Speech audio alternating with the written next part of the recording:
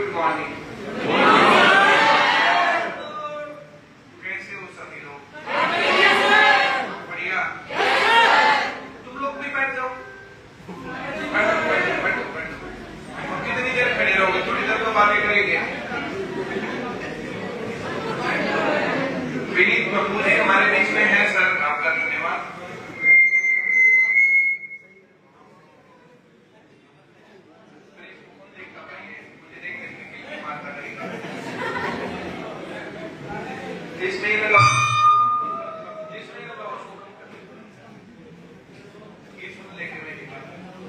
पीछे तक आ रही है आवाज बेटा? Very good. मेरे साथ यहाँ पर रवि भाकर जी आए हैं, इनको तो तुम जानते ही होगे।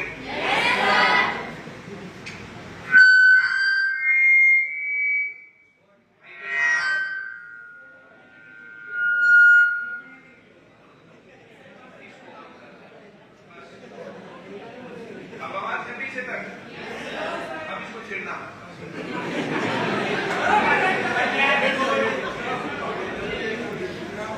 रवि भाकर को तुम लोग नहीं जानते क्या? सब जानते हो? एक तो मना कर रहा, अगर नहीं जानते कभी कभी आया करो ना, चलिए महीने 20 दिन में आकर के बच्चों से बातचीत किया करो। हम लोग आदमपुर ब्रांच को राजीव के नाम से नहीं जानते, रवि के नाम से जानते हैं।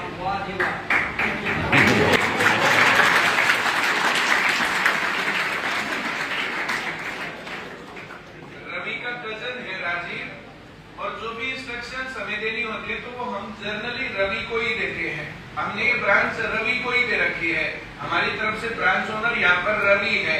ये तो इनका आपस का भाइयों का प्यार है, रिगार्ड है कि पूरे फतेहाबाद में रवि ही रिप्रेजेंट करता है। फतेहाबाद में कुछ भी हुआ कि आदमपुर में क्लास नहीं चल रही तो रवि क्या मामला है, मेरे कहेगा शर्मा भी पूछ के बताता।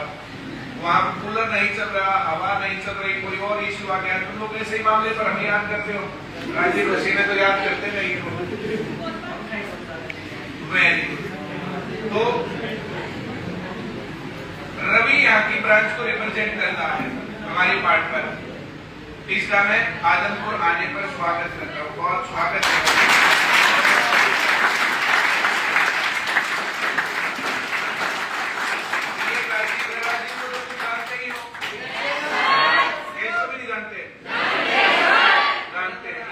बातचीत करता है ऐसे ही या नहीं करता? करता है, नहीं करता? Very good. ऐसे बच्चों के साथ बात करनी चाहिए ब्रांच ओनर को। और ब्रांच जो ये बच्चे जो है जैसे जो भी बातें बोलते हैं, जो भी डिस्कस करते हैं, जैसे एंड यूजर तुम लोग को हमने जो बोला, जो पढ़ाया, जो समझाया, जो किताब, ऐप, टेस्ट, सरकारी नौकरी के टेस्ट, बाकी जो कुछ भी है, इस सारे प्रयास का असर तुम्हारे ऊपर होना बेटा। तुम लोग उसका जो पॉजिटिव फील कर रहे हो तो पॉजिटिव बताना चाहिए, जो नेगेटिव फील कर रहे हो तो नेगेटिव बताना चाहिए। जो पॉजिटिव है उसको और बढ़ाएंगे, जो नेगेटिव उसको घटाएंगे। 3-4 दिन आपस में बीच में बातें कर रहे बेचारे, आदत है। हाँ, ये आदत और किसी को नुकसान नहीं देगी, सिर्फ उनको ही देगी। देखो साफ सुथरी सी बात इतनी समझो, तुम्हें जीवन में चाहे जो भी करना, कुछ लोगों के मन में रहता कि हम सरकारी नौकरी नहीं करेंगे, कुछ लोगों के मन में रहता, लेकिन वे आ गए, घर वालों ने भेज दिया, कुछ और हो गया। तुम मत करना सरकारी नौकरी, इतनी भी फालतू नहीं, दुनिया मारी मारी फिर रही है। लेकिन तुम्हारा नाम आना चाहिए लिस्ट में, फिर तुम्हारा अपना कॉन्फिडेंस और तुम्हारे घर वालों का कॉन्फिडेंस। सुभाष चंद्र बोस ने आईसीएस की पढ़ाई की, तैयारी की, पेपर पास किया, 4th रैंक लिया, लंदन जाकर के पेपर दिया था, लेकिन जॉब नहीं की। बोला मैं अंग्रेजों के तहत काम नहीं करूंगा, मैं देश की आजादी के लिए काम करूंगा। सुभाष चंद्र बोस ने नाम कमाया। ऐसे बहुत सारे लोग होते हैं जो सरकारी नौकरी लेने के बाद भी नहीं करते हुए कुछ और बेटर काम कर लेते हैं। लेकिन अगर तुम सरकारी नौकरी भी नहीं लग सकते और बाकी काम भी नहीं कर सकते फिर गलत है। फिर तुमने यहाँ आकर के सब चीजें खो दी, आया ना?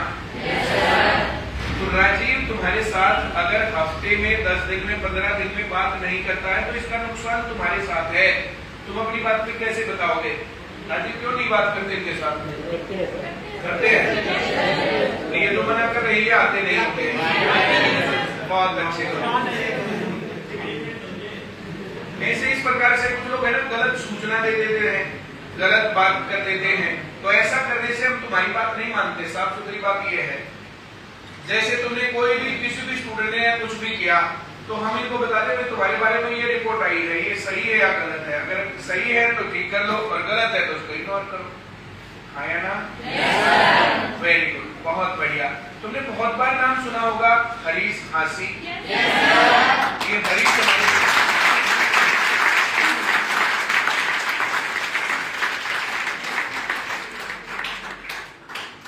हासी ब्रांच में और बाकी सभी ब्रांचेस में जो डिफरेंस है ना वो एक डिफरेंस है। बताऊं क्या? हासी ब्रांच में जब स्टूडेंट नहीं आता तो ये उनके घर फोन करता है, अगले दिन आने पर उसको डंडे रसीद करता है। हासी ब्रांच में जब बच्चा होमवर्क नहीं करके लाता तो ये उसको डंडे रसीद करता है। ऐसा करने से वहां पर पढ़ने का माहौल बन गया और जितने स्टूडेंट हासी में हैं वे सभी लोग 2 दिन आगे पीछे नौकरी लग जाते हैं। अब जहां जाकर के बच्चे नौकरी लगेंगे तो वहां भीड़ अपने आप बढ़ेगी। अब सोनीपत से ब्रांच में यहाँ पर आदमपुर में जो किताबें आनी है, जो ऐप है, जो क्लास है, जो पढ़ाई है, जो बातचीत है, हमारी तरफ से सब बराबर है। जो डिफरेंस है वो है स्टूडेंट्स का ऑनर के साथ इन्वॉल्वमेंट। जो तुम लोग हो, अगर तुम लोग चाहते हो कि तुम्हारी सरकारी नौकरी 100% गारंटीड लगे तो जो बातें हम बताते हैं उस बात को राजीव सर को बोल करके ऐसे कैसे इंप्लीमेंट करवाना है। आया ना? और अगर तुम इंप्लीमेंट नहीं करवाओगे तो फिर मामला गड़बड़ हो जाएगा। बात क्लियर? हमारे साथ प्रीतम जी हैं, ये हिसार ब्रांच को चलाते हैं।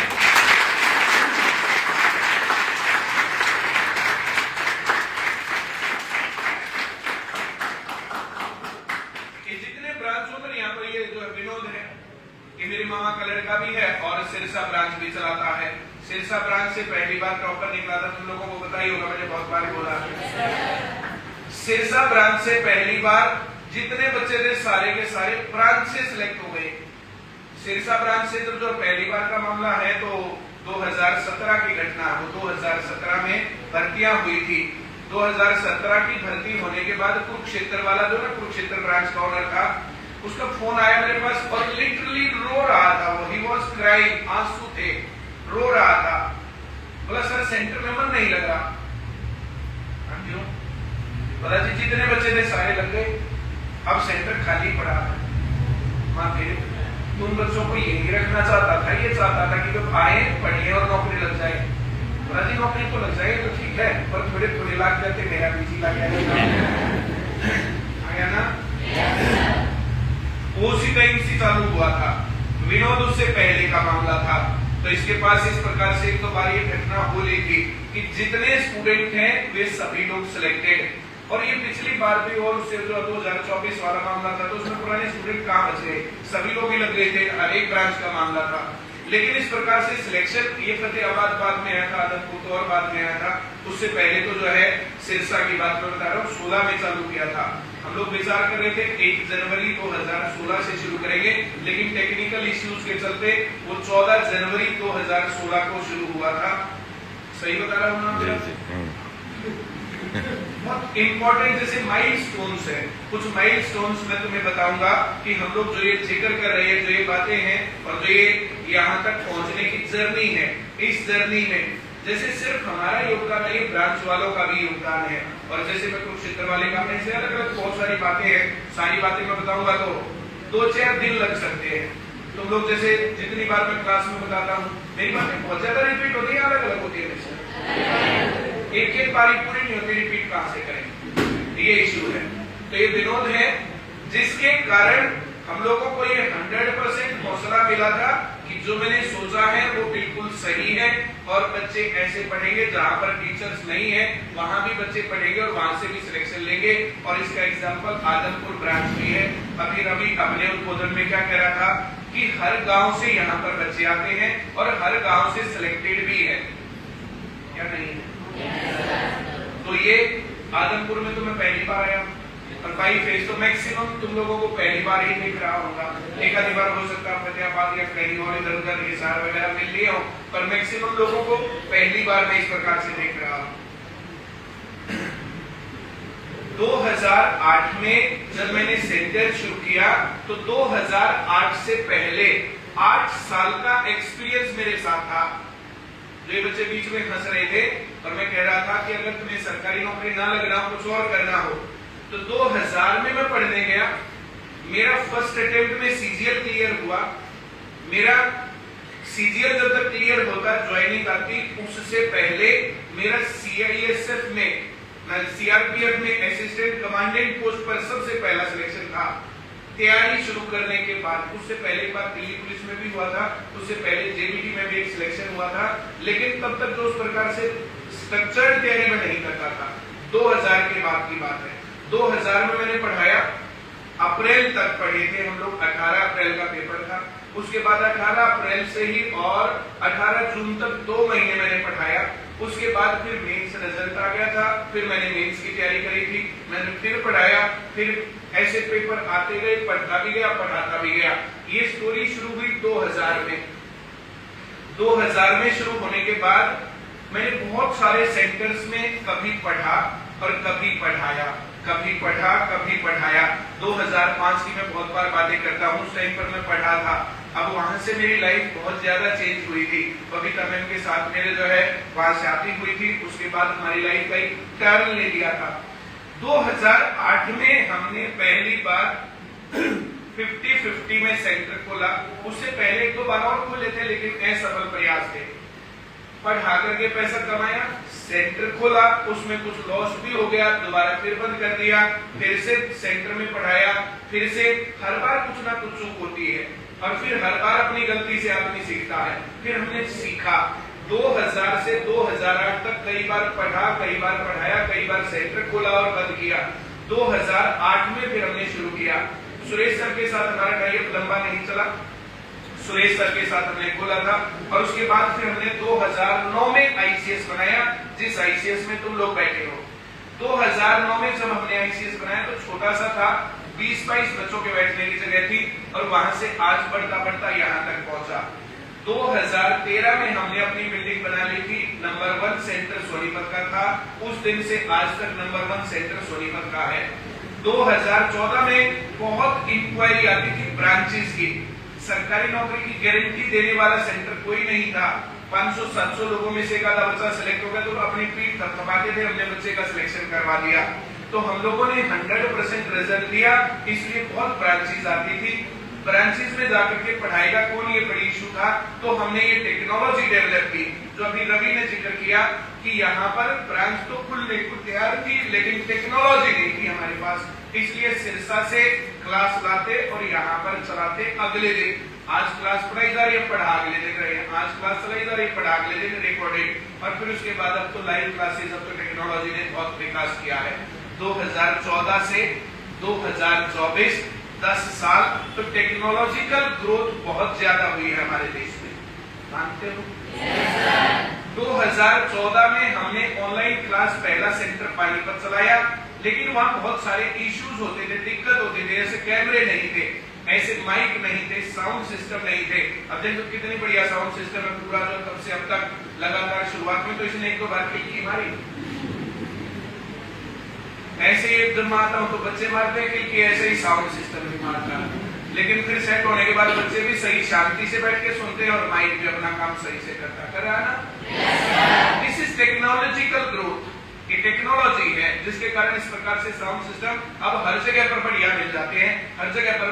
पहले इस प्रकार की दिक्कत होती थी, हम कम बोलते थे, ये ज्यादा बोलते थे, तब दिक्कत रहती थी। पर अब समझाने में बहुत आसान है, टेक्नोलॉजी में भी वो दिक्कत नहीं है। अब हमारे ग्रुप में इस प्रकार का मैसेज आए, बहुत दिन हो गए कि क्लास अटक गई। पहले हर टाइम पर होता था, फिर ब्रांच वालों की और मेरी लड़ाई होती थी। हम लोग आप लोग प्लीज बैठिएगा, बैठो। रवि तो ठीक है, मेरे साथ खड़ा रहेगा, नहीं तो ऐसा लगेगा आदमपुर में अकेला ही खड़ा कर दिया। हम लोगों ने टेक्नोलॉजी को बिल्कुल शुरू से और फिर सपना देखा, उसके ऊपर काम किया। पानीपत ब्रांच 1 साल हमने चलाई, वहां से फर्स्ट अटेम्प्ट में सीजीएल क्लियर हुआ था पानीपत से। तब मेरा हौसला बढ़ा के पढ़ सकते हैं। फिर गुरुग्राम ब्रांच खुली, उसके बाद करनाल खुली और चौथे नंबर पर सिरसा थी। कुछ इश्यूज गुरुग्राम में भी थे, कुछ इश्यूज करनाल में भी थे, पर सिरसा ब्रांच आने के बाद टचवुड उस दिन से आज तक with God grace each and everything is fine, और हर छोटे छोटे बड़े बड़े कस्बों में आईसीएस पहुंच गया।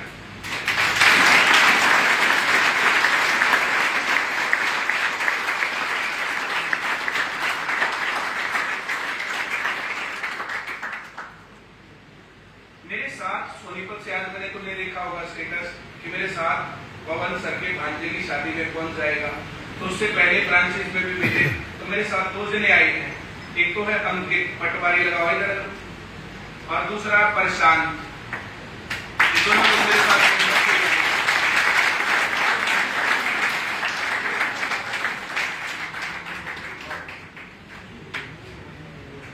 आते टाइम हम लोग बात कर रहे थे, ये अभी ट्रेनिंग पर है, पटवारी है, तो आते टाइम हम लोग बात कर रहे थे। वैसे तो बहुत सारी बातें कही थी, लेकिन तुम्हारे काम की बात जो है वो ये है कि अब हरियाणा में पढ़े लिखे लोग लग रहे हैं।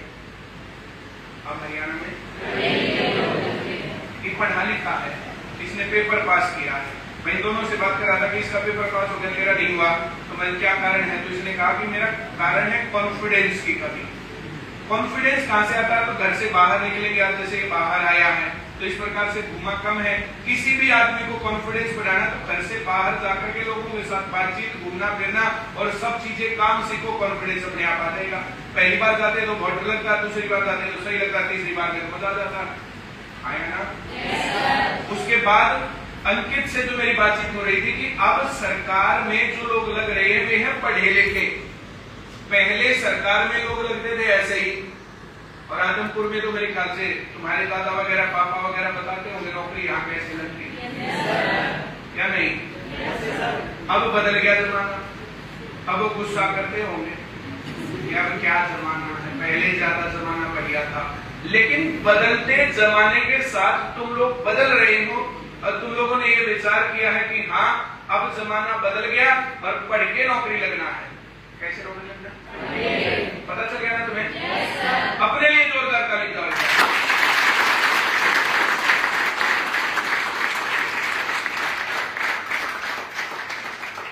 कुछ लोगों ने खुश होकर ताली बजाई, अब कुछ लोगों ने मुंह उठा लिया, बोला वो टाइम बढ़िया था, हमारी लाग जाती। आया ना? Very good. बदलता है जमाना, समय बदलता है, समय सबका एक जैसा नहीं रहता है। मैंने जो कहा समझ में आया? जब बिना पढ़े लिखे लोग नौकरी लगते थे तो डेवलपमेंट के काम हो ही नहीं सकते थे। क्यों? क्योंकि उनको काम करना ही नहीं आता। अब हर जगह पढ़े लिखे लोग हैं, उनको जो काम बताओगे 21 करे मिलेंगे, क्योंकि बताने वाले लोग कौन है? हमारे नेता जो सुपर ज्यादा पढ़े लिखे। हमें क्या बोलूं उनके बारे में? हमारे शिक्षा मंत्री तो इतने ज्यादा पढ़े लिखे बस पूछो ही मत। क्यों? हमारे जैसे शिक्षा मंत्री बने थे रामविलास शर्मा जी, उन्होंने भी बहुत अच्छा काम किया। फिर कंवरपाल गुर्जर जी, उन्होंने और अच्छा काम किया। पर अब तो बस पूछो ही मत, काम की जो है रेल चली हुई है शिक्षा के क्षेत्र पर। जैसे हम लोग टेक्नोलॉजी की बात कर सकते हैं, जैसे हम रोड्स की बात कर सकते हैं, इंफ्रास्ट्रक्चर की बात कर सकते हैं, क्या हम वैसे ही ग्रोथ शिक्षा में पा रहे हैं? सरकार का ध्यान जितना रोड बनाने पर, टेक्नोलॉजी डेवलपमेंट करने पर, बाकी चीजों पर, इंफ्रा पर है, तो क्या उतना एजुकेशन पर है? कुछ फर्क है ना? जैसे इंफ्रा बन गया, रोड बन गए, टेक्नोलॉजी बढ़ गई, शिक्षा नहीं बढ़ सकती थी, तो कहीं चूक है। इसके ऊपर जो लोग ये समझते हैं कि ये शिक्षा बदलती है जीवन को, जिन लोगों को ये लगता है कि ये शिक्षा बदलती है समाज को, उन लोगों को एजुकेशन के ऊपर काम करना पड़ेगा। और मैं एजुकेशन पर ना बोलूं ना, फिर कोई दिक्कत नहीं है सरकार को मेरे से। सरकार को मेरे से एकमात्र एक दिक्कत है कि जहां कमी रह गई वहां बोलता हूं। मैं बहुत तारीफ करता हूं बिना पर्ची बिना खर्ची की नीति की। अब जो पढ़ेगा वो लगेगा। हरियाणा सरकार में पिछले 10 साल से 11-12 साल से यही चल रहा है। पहले माननीय मनोहर लाल जी थे, अब मानिए नायब सिंह सैनी जी हैं, सरकारी नौकरी लगाने में सी और डी ग्रुप में तो पूरे देश को अनुकरण करना चाहिए हरियाणा का। ए और बी में क्या होता है उसके ऊपर मैं कुछ नहीं बोल सकता हूँ, मुझे उसके बारे में बहुत ज्यादा पता भी नहीं है। स्कूली एजुकेशन पर क्या मामला है तो उस पर भी मैं कुछ नहीं बोल सकता हूँ। लेकिन अगर आप लोगों को अपना जीवन सुधारना है, अपने भाई बहनों का जीवन सुधारना है, अपने गांव का मामला सुधारना है, तो फिर एजुकेशन पर काम करना पड़ेगा। और एजुकेशन पर काम करने से फर्क पड़ता है। मैं तुम्हें बता दूं, मेरी उम्र है 50 साल, लगभग 49 ईयर में मैं चल रहा हूँ। 49 कंप्लीट हो गए, 50 इयर्स मेरे कंप्लीट हो गए अब की बात। मेरी उम्र से 5 साल बड़े और मेरी उम्र से 5 साल छोटे 10 साल हो गए ना। उन 10 सालों में हमारे गांव में 5 नौकरी भी नहीं, सरकारी नौकरी। 10 साल में कितनी नौकरियां? 5 भी नहीं है। 5 भी याद नहीं कर पा लिया, डिस्कस करके भी अपने दोस्तों के साथ, तो 5 है नहीं, 4 नौकरियां हैं। मेरे से 5 साल बड़े और 5 साल छोटे। हमने 2007 में अपने गांव में ट्यूशन पढ़ाया था, जिसमें लगभग हर घर से बच्चा आया था, मैंने कई बार बताया होगा। उसके बाद फिर हमने सेंटर को लिया 2008 में। आज एज ऑफ नाउ, मैं ये नहीं कहता सब हमारे पास पढ़े, पर आज हमारे गांव में, मैं ये नहीं कह रहा सारा क्रेडिट मेरा, पर आज हमारे गांव में आईआईटी है, आईआईटी किया हुआ बच्चा, आईआईएम किया हुआ बच्चा, आईएएस है, एचसीएस है, एचपीएस है, जितनी बड़ी पोस्ट है, एनडीए सिलेक्टेड है, जो मैंने बोला समझ में आया। और हर घर में सरकारी नौकरी है, हर घर में सरकारी नौकरी।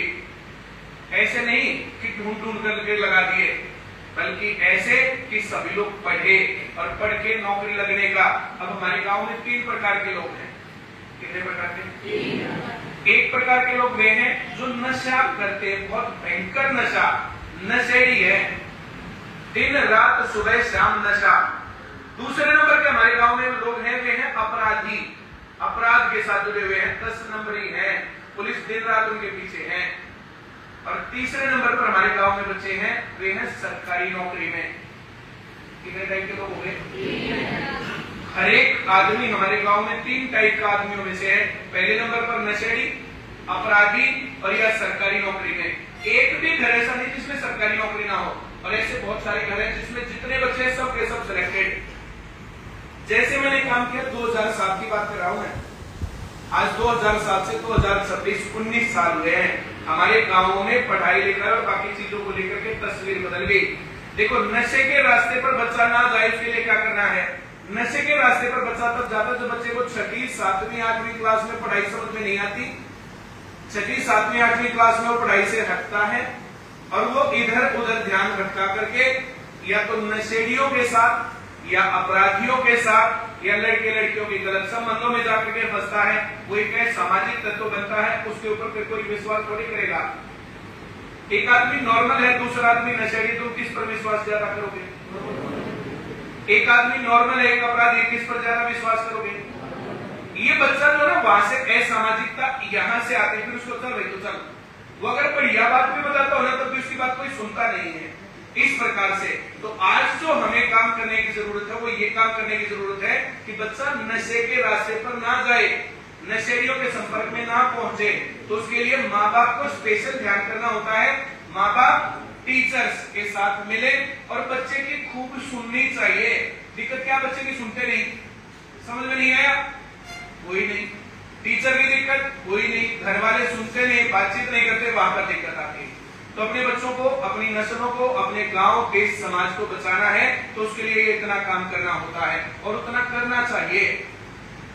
मैंने ये काम किया, अब देखने में सारे के सारे काम बहुत बढ़िया समाज सेवा के दिख रहे हैं ना, पर इसके साथ मेरी इनकम भी हुई है। मैं मर्सिडीज में आया हूं, मैं BMW में घूमता हूं। तो जो आदमी शिक्षा पर काम करेगा, अपने गांव समाज को डायरेक्शन देगा। आज पूरे हरियाणा में बच्चे इंतजार करते हैं। आदमपुर ब्रांच में मैं आऊंगा तो बहुत सारे लोगों ने, जैसे हर रोज बोलते हैं, बहुत सारे लोगों ने तो कहना ही छोड़ दिया कि आने तो है नहीं, खाम खाई कह के भी क्या फायदा। ऐसा नहीं होता, जब भी मौका मिलता है तो हम लोग आते हैं। पवन सर हिंदी वाले, उनके भांजे की शादी फतेहाबाद में है, तो उन्होंने जो है बहुत आग्रह किया सर आपको जरूर आना है, आ जाऊंगा। सोमवार को मैं वैसे आता नहीं, छुट्टियां कभी नहीं करता मैं सोमवार को, फिर भी चलो कोई बात नहीं, क्योंकि सोमवार को नए बच्चे आते हैं। सोमवार को शनिवार इतवार की रुकी हुई एनर्जी होती है जिसको चैनलाइज करना बहुत ज्यादा इंपॉर्टेंट होता है।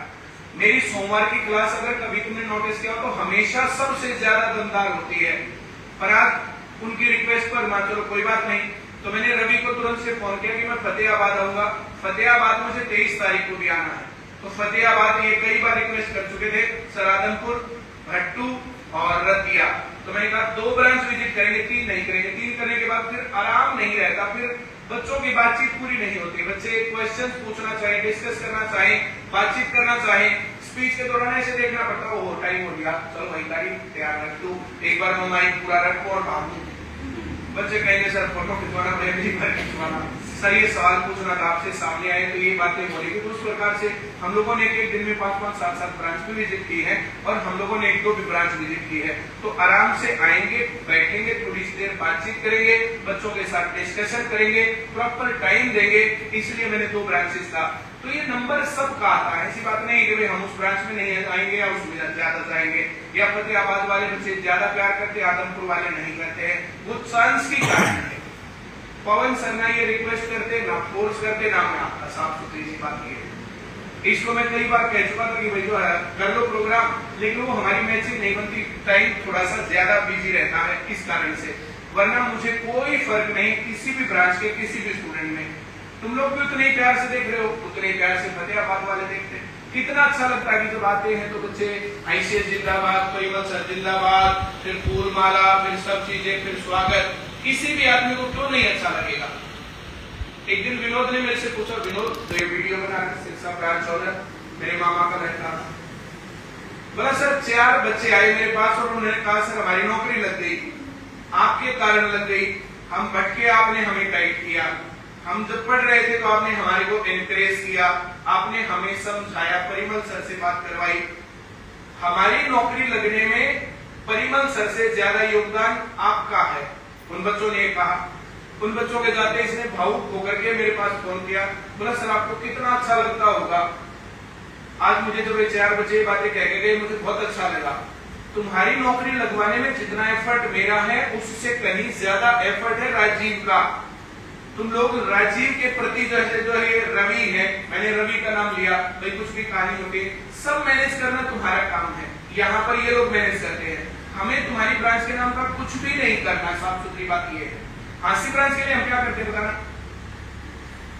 एक आदमी बोल दिया हरी सासी, हाँ भाई बच्चा सिलेक्ट हो गया, फलाना हो गया। आदमपुर के लिए हम क्या करते हैं, हाँ भाई आदमपुर राजीव ये वो दीवार मिल गया, इतना सा काम। हम लोग तो वहां अपनी ब्रांच का काम कर रहे हैं, पढ़ा रहे हैं, अपने काम को बहुत ईमानदारी से कर रहे हैं। जैसा हम पढ़ा रहे वैसे टीचर्स और वैसी क्लास नहीं है, इसके चलते हमारी क्लासेस लेते हैं ऑनलाइन भी। और जिनको पढ़ना होता है सब कौन है जो रह गया, नौकरी गारंटी, तुम लोगों से फीस लेके, तुम्हारा टाइम लेके, तुम्हें बिठा के तुमसे पूछ रहा हूं मैं, मन की बात दूरदर्शन पर नहीं हो रही। एक भी स्टूडेंट जिसको जैसे बताया कि किताबें भर लो, कॉपियां भर लो, प्रैक्टिस कर लो, टेस्ट दे लो, किया हो ये काम और उसमें सिलेक्शन ना हुआ हो एक भी बच्चा, ये दोनों दिन मेरे साथ खड़े हैं, आते टाइम मैंने इनसे पूछा तो ये फर्क है। इसने कितनी किताबें भरी तुझे, इसने अब तूने कितनी पढ़ी, 10-12 तो हो गई, पर क्या करते ही लोग, तो ये फर्क हो गया। अब तो करेगा, अगली बार अच्छा लगेगा ना, तो नौकरी लग जाएगा मेरे साथ, क्या नौकरी लगती है, बात खुद करनी बंद हो। चलो मेरी बातें समझ में आई? सारी कहानी आईसीएस कहा यहां तक पहुंचा, और आईसीएस के योगदान में हम लोग क्या करते, बात क्लियर हुई? बहुत अच्छी बात है। अगली कहानी ये है बेटा, एक तुम लोग नौकरी लगना चाहते हो, दूसरा नौकरी लगने के साथ, जैसे नौकरी मेरी भी लग रही थी, असिस्टेंट कमांडेंट लग रहा था, मैं तुम्हें साफ सुथरी बात बता रहा हूं, असिस्टेंट कमांडेंट तो मेरा साथ वो असिस्टेंट कमांडेंट कर रहा था, 5 साल में प्रमोशन हो गया, डिप्टी कमांडेंट हो गया, 8 साल की नौकरी करके उसने जॉब छोड़ दी। जो बात मैंने बताई समझ में, मैंने असिस्टेंट कमांडेंट की जॉब ज्वाइन नहीं की, मैंने असिस्टेंट कमांडेंट की जॉब, मेरा साथ हुआ है, उसने ज्वाइन की, 5 साल जॉब की, 3 साल डिप्टी कमांडेंट के रूप में रहे, 8 साल इन टोटल जॉब की। 8 साल जॉब करने के बाद वीआरएस ले लिया। तो मैं कह रहा हूं, समझ में आ रहा? पिछले से पिछले साल मैं उसके जो उसके साथी थे, वो पहले असिस्टेंट कमांडेंट, फिर डिप्टी कमांडेंट, फिर ट्वाइसी और अब कमांडेंट है अपने एरिया के फुल बोली सोली। एक कमांडेंट, वो सभी उसके दोस्त हैं। एक कमांडेंट के पास हम लोग कश्मीर में घूमने गए, वहां रहे। अब वहां रहते हैं तो आदमी तो अपना 2-4 बातें थोड़े उसने काम कूम किया, थोड़ा बहुत घूमे फिर, इतना ही होता है। महिलाओं का काम क्या होता है? महिला 5 मिनट में राशन कार्ड बना देती है। कौन कौन हो, घर में क्या क्या है, बच्चे क्या करते हैं, शादी कब हुई थी, बच्चे कब हुए थे, ये क्या है, वो क्या, सारा मामला आया ना। चौथे या 5वें दिन वहां पर कमांडेंट कई सारे थे जो उनके साथी थे, उनके सबके साथ एक गेट टुगेदर हुआ। उस गेट टुगेदर की एक वीडियो बहुत वायरल हुई थी मेरे और बबीता मैम की, हम जो कपल डांस कर रहे थे वहां पर। वो पूरी ओरिजिनल वीडियो जो है, जो जिस कमांडेंट के पास गए हुए थे उसकी वाइफ बोली मैं तो साथ ही ना रह रही और उसकी तबीयत थोड़ी डाउन थी तो वो नहीं गई थी। तो वहां पर सब लोग अपनी वाइफ के साथ रहे होते, सब लोग कपल डांस कर रहे थे, वो वीडियो बना रहे थे। तो वीडियो बनाते बनाते जो था बिंदास बड़ा आदमी, भला बीवी तो लाई नहीं, साले बना वीडियो अपने आप को कह रहा था। तो मैं कह रहा हूँ, समझ आ रहा है? उसका कुछ पार्ट काट करके तो बहुत ज्यादा जो धुंधली सी वो थी, ऐसा लग रहा था जैसे बर्फ गिर नहीं रही थी, एक्चुअल तो ये था, पर ऐसा लग रहा था कि जैसे बर्फ, वो बहुत शानदार वीडियो बनी हुई थी।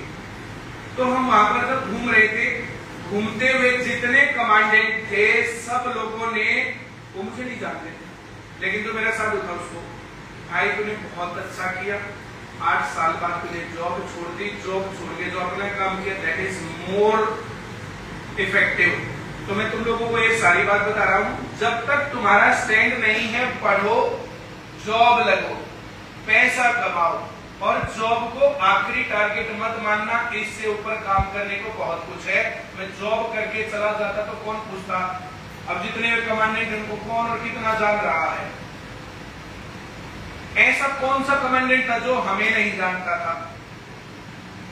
वे लोग अपना काम छोड़ करके जो गेट टुगेदर हुआ तो वो सिर्फ इसलिए था कि वहां पर परिमल कुमार और बबीता त्यागी आ रहे, तो वे भी आए सबके सब, कि उनको मिलना था।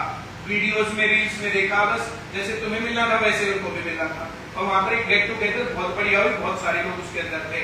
मैं तुम्हें क्या कहना चाह रहा हूँ कि जीवन में प्रोग्रेस को आगे रखना, अपने जीवन को आगे बढ़ाना, जो बात मैं बोलता जाता हूँ शुरुआत में, जब तक तुम्हारे पास, मुझे नहीं पता किसका क्या बैकग्राउंड है, मुझे ये भी नहीं पता तुम्हारी क्या कैपेबिलिटीज है, मुझे ये भी नहीं पता तुम्हारी कमजोरी क्या है, ये सारे काम तो राजीव या रवि यहाँ पर कर सकते हैं क्योंकि हर रोज देखते हैं तुम्हें, है ना? बोलो एक जर्नल गाइडलाइंस मैं वहां से देता हूँ, उन जर्नल गाइडलाइंस के ऊपर अपनी ब्रांच को वैसे चलाओ, अपने जीवन में स्किल्स सीखो, नॉलेज दो, और फिर ये स्किल्स और नॉलेज तुम्हारे जीवन को बदलेंगे। मैं अपना एग्जांपल देकर के बहुत प्राउड के साथ बोलता हूँ, जिसको मेरे जैसा बनना है तो वे स्टेप्स लो जो मैंने लिए। मैं खूब घूमा घर से बाहर, मैं जब घर पे जाता था तो जनरली मेरा पापा या माँ एक जना तो जरूर गुस्सा मिलते थे, भला अब शहर में कोई नहीं रहा, पहुंचेगा घर। अच्छी बात यह थी मैंने कभी भी कोई भी गलत संगत नहीं पकड़ी, ना नशे की ना अपराध की। तो नशे और अपराध से बचना, घर से बाहर जितना ज्यादा रहोगे उतना नॉलेज आएगा, पहली बात। अब घर से बाहर रहकर घर वाले क्यों डरते हैं, घर वाले क्यों नहीं भेजते? अब लड़के लड़कियां बाहर जाएंगे तो क्या गलत काम करते हैं तुम्हें पता है, तो उनको रोक के रखना पड़ता है। नशा करते हैं, अपराध के रास्ते पर जाते हैं तो रोक के रखना पड़ता है। इसलिए पेरेंट्स कोशिश करते हैं कि अपने बच्चों को अपनी छाती के नीचे दबा के बैठे रहे, जैसे कि पक्षी अपने बच्चे को घोंसले में बिठा के रखता है और घोंसले के पक्षी बना देता है। घोंसले के पक्षी बनने के बाद उनमें कॉन्फिडेंस नहीं होता। पहली चीज क्या चाहिए? कॉन्फिडेंस। कॉन्फिडेंस कहां से आएगा? घर से बाहर जितने रहोगे उतना कॉन्फिडेंस आएगा। ये मेरे अंदर था, मैं घर से बाहर रहता था और पिटता था कई बार घर से बाहर रहने के ऊपर। इसी कारण से बहुत सारे लोग बोलते हैं कि ये जो हमारे बच्चों को बिगाड़ता, पढ़ाता तो मैं बिगाड़ता जाता। घर से बाहर निकलने को कहता है, ऐसे कहना चाहिए तुम अपने घर वालों के बनो, घर वालों के पास रहो, सीधे आओ सीधे जाओ, तुम्हें इधर उधर देखने की जरूरत नहीं है। ऐसा करके तुम्हारा जीवन खराब हो जाएगा। ऐसे नहीं करना होता। जीवन, मेरा जीवन खराब है अच्छा है। पेरेंट्स को तो गड़बड़ लगता है कि बहुत सारे बच्चे बिगड़ जाते हैं, तो तुम बिगड़ना मत। और थोड़ा बहुत पेरेंट्स के साथ इतना सा संघर्ष तो बनता रहता, चलता रहेगा। पहला काम, घर से बाहर निकलो, घूमो फिरो, चीजों को देखो, एक्सप्लोर करो, कॉन्फिडेंस बढ़ाओ। दूसरे नंबर पर खूब पढ़ो। तुम्हारे पास अक्षर ज्ञान नहीं है, तुम्हारे पास नॉलेज नहीं है, फैक्ट्स नहीं है, डाटा नहीं है, फिर कुछ नहीं कर सकते तुम। मैं घूमता था, पढ़ता भी था, हर टेस्ट पास होता था। एक दिन मेरी नानी ने बहुत सीरियस होकर के मेरे सर में हाथ फिराते हुए, बेटा तू एक दिन पागल हो जाएगा। तो नानी बोला, जब तेरे को नौकरी लगना ही नहीं है तो तू पढ़ता क्यों है? नानी, नौकरी और पढ़ने का क्या मेल है? मैं उनको बहुत समझाता था कि मैं पढ़ाऊंगा, मैं सेंटर खोलूंगा। अरे बेटा, ऐसे तो बहुत लोग बहुत सपने देखते, तुम पढ़ के नौकरी लग के अपना ब्याह करवा के बढ़िया जिंदगी जी। तो मैं नौकरी लगता था, रोज ज्वाइनिंग लेटर आते थे, 300 प्लस फाइनल सिलेक्शन है मेरे, 300 प्लस, 100 से ज्यादा फर्स्ट रैंक है मेरे। तो मैं पढ़ता था हर टाइम पर। मेरी नानी बोला, जब नौकरी नहीं लगी तो पढ़ता क्यों है? मना नहीं, पढ़ने से क्या होता है? भले ज्ञान तेरे दिमाग में जाता है, नौकरी लग जाती है लेकिन क्या?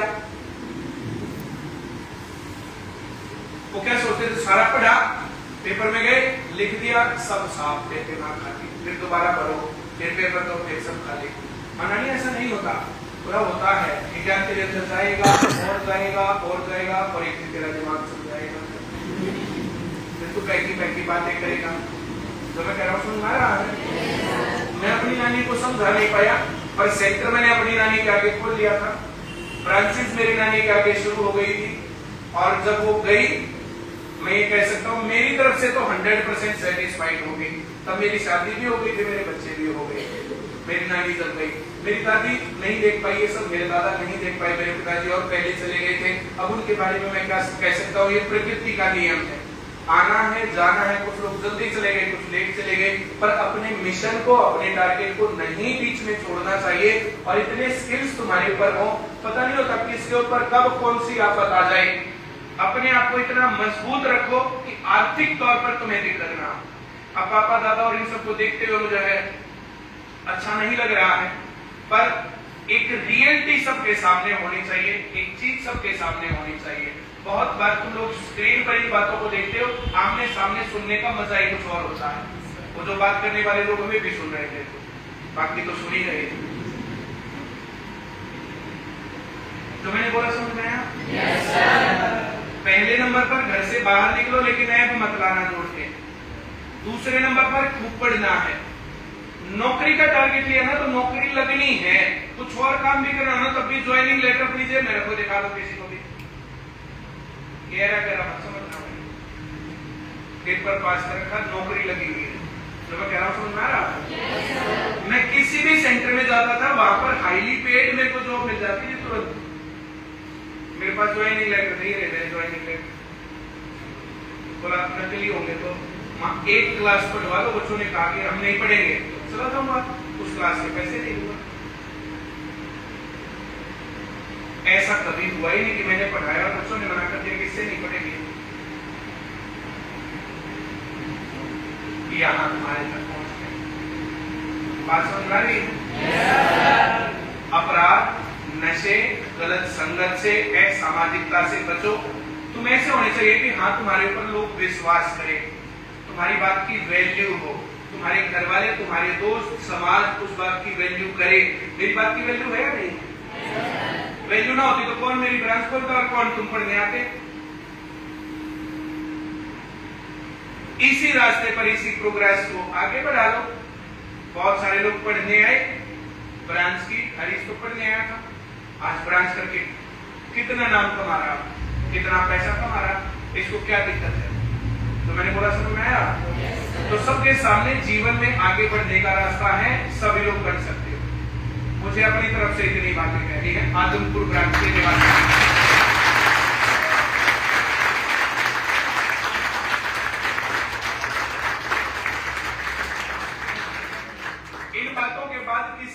में कोई सवाल है, डाउट है, क्वेश्चन है, सलाह है, सुझाव कुछ भी है तो बता सकते हो।